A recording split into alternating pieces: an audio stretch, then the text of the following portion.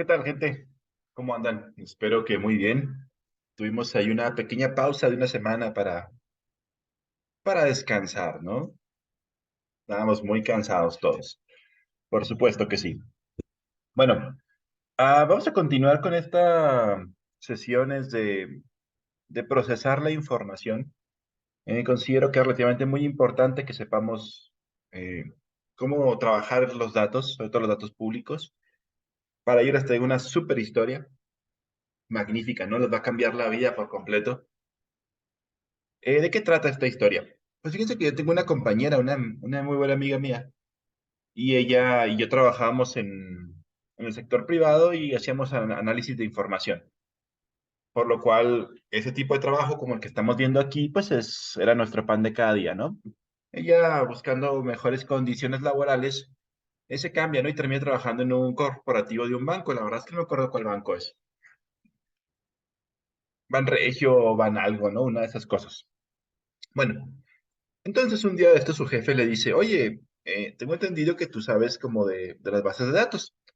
Te voy a prestar una base que tenemos ahí y te le encargo mucho, por favor, que no le vayas a mover nada porque la compramos y nos costó muy cara. Entonces dijo mi amiga, órale, pues pásamela, ¿no? A ver qué necesitas y qué tengo que hacer. Le pasan la información y tómala, ¿no? Que descubren que los datos son estos mismos que estamos viendo nosotros, los datos del ENIG. En presentación, con grafiquita, ¿no? Y este tipo de cosas, pero eran los mismos datos, ¿no? Estos datos que son públicos, que son abiertos, y el banco y pues, su sistema de inteligencia, pues no sabían realmente de dónde provenía esta información, pero ellos tuvieron que comprarla para poder hacer algunos estudios, ¿no? De su empresa. Entonces, pues la ve mi amiga, ¿no? Y me dice, oye, no manches, o sea, me acabo de dar una base de datos. Y resulta pues que era la ENIC, ¿no? Y el banco pagó miles de pesos por ella, ¿no? Cuando refiero miles, pues son miles. O sea, 50,000 pesos es poca cosa por lo que pagaron. Entonces, en Chihuahua casi no existe este tipo de trabajos donde se saquen indicadores económicos de las bases públicas. Las empresas las desconocen por completo. Lo malo es que como las desconocen, tampoco las piden, ¿no? Hay que llegar uno a sorprenderlos, ¿no? Con esas nuevas bases de datos. Pero bueno, vamos a continuar con nuestro programa de Gretel y aprender más cositas nuevas y algunos problemas con los que se pudieron haber topado al momento de hacer su infografía. Por ejemplo, tenemos esta variable de aire acondicionado, ¿no? Donde tenemos que son valores de 2 y 1, ¿tiene aire acondicionado, sí o no? Y para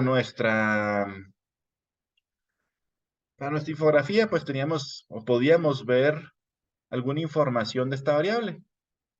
Por ejemplo, entonces vamos a ver los estadísticos principales. Y luego me sale esto, ¿no? Me dice, dropping, aire acondicionado ese Stream Value Series. Y no les decía nada, ¿no? Entonces, pues no, ustedes no podían ver las estadísticas principales de la variable de aire acondicionado porque me salía esta nota, ¿no? ¿Qué es eso? ¿Qué es esa nota? Dice, pues lo eliminé, ¿no? Lo dropping, lo boté, porque es una stream value. ¿Qué es stream value? Es básicamente que dice, oye, ¿sabes qué? Es que esta variable son letras, no son números. Yo no te puedo dar una estadística, no te puedo dar un promedio, no te puedo dar una desviación estándar de una variable que no tiene números, que son letras. Pero tú dices, ah, chingado. Pero si estoy viendo que son números, o sea, no son letras, ¿por qué me dice eso? Al momento de la captura de la base de datos, alguien por ahí se le ocurrió ponerlo como letra, por alguna causa, razón o circunstancia, la cual no desconocemos, pues salió así, ¿no? La variable está dada de alta como si fueran letras y no números, y por lo tanto no me puede dar esos valores. ¿Qué hacemos? ¿Cómo la podemos convertir? Pues relativamente muy sencillo. Vamos a darle clic derecho sobre nuestro programa y va a decir definir nueva variable.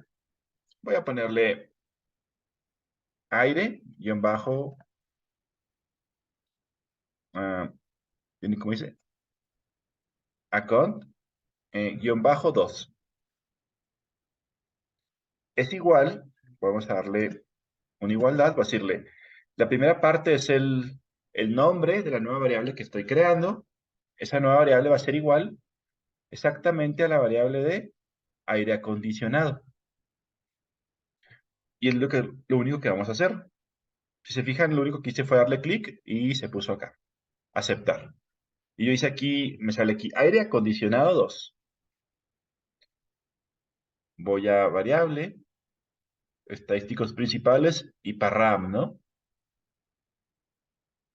Me da los estadísticos principales. En este caso, como la variable es de 1 y 2, sacar donde 1 es sí y 2 es no, o viceversa, sacar el promedio no tiene ningún sentido, ¿no? O sea, no me dice nada. No sirve, ¿no? No me sirve a mí el promedio de si sí o no. Estaría mal verlo de esa manera. Pero me puede servir para algún otro tipo de variable, ¿no? O sea,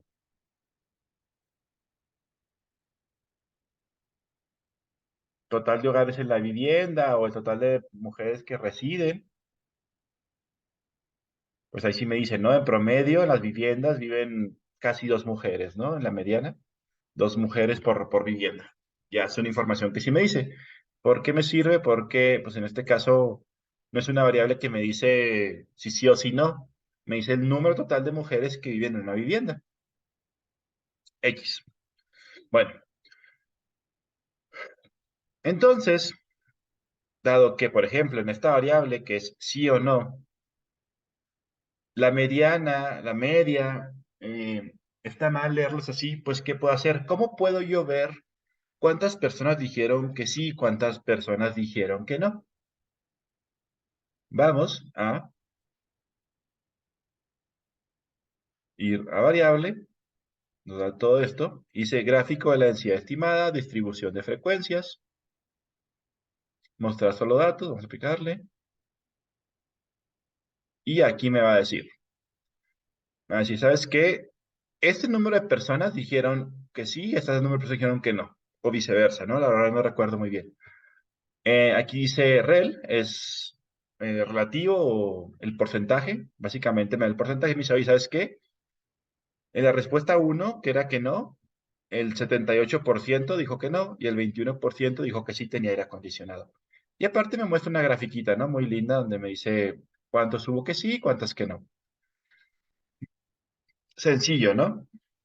Entonces, cuando la variable me saque ese anuncio, lo que puedo hacer yo es hacer una variable que sea exactamente igual a la otra, pero me la va a tomar como números. Y para saber cuántas personas dijeron que sí, que no, o cuántas personas hay de cada cosa, vamos a ver esta distribución de frecuencia. Y ahí nos va a decir cuántas personas dijeron que sí, cuántas personas dijeron que no. Viene el número total de personas, así como el porcentaje total. 78%, 21%. El acumulado, ignórenlo, si se fijan es la suma de 78 más el 21 y aquí me da 100. ¿De acuerdo? Es importante algo, ¿no? El sentido común, que realmente no es tan común, es muy importante a la hora de analizar la información y no estar haciendo cosas que no tienen ningún sentido. Por ejemplo, en total hombres, vemos que nos dice el número total de personas, hombres que viven dentro de las casas. Si a esta le doy una distribución de frecuencia, pues si se fijan, como hay muchas observaciones, me va a salir algo como esto. Entonces, esto no me sirve como distribución de frecuencia. ¿Qué me sirve más? El estadístico básico. Total de hombres, ah, estadísticos principales, en promedio hay 1,75 hombres por hogar. Si se fijan, el promedio de hombres está un poquito más bajo que el de mujeres. El valor mínimo es que hay casas donde no hay ningún hombre y hay casas donde hay 13 hombres.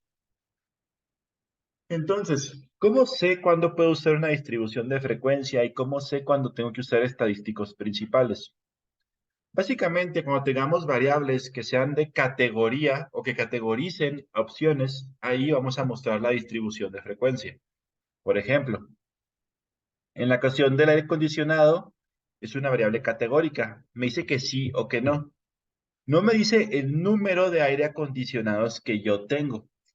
Si una variable que me diga el número de aire acondicionado, entonces ahí podría usar el promedio, el valor mínimo, el valor máximo.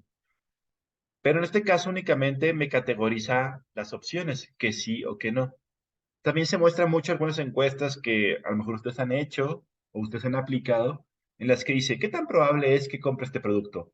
Poco probable, muy probable, le parece, le da lo mismo o le parece muy probable que lo compre.